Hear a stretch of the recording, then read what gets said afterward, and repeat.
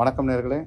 30ஆம் தேதி 8ஆம் மாதம் 2025ஆம் ஆண்டு சனிக்கிழமை இன்றைய ராசி பலன்களை பார்ப்போம்.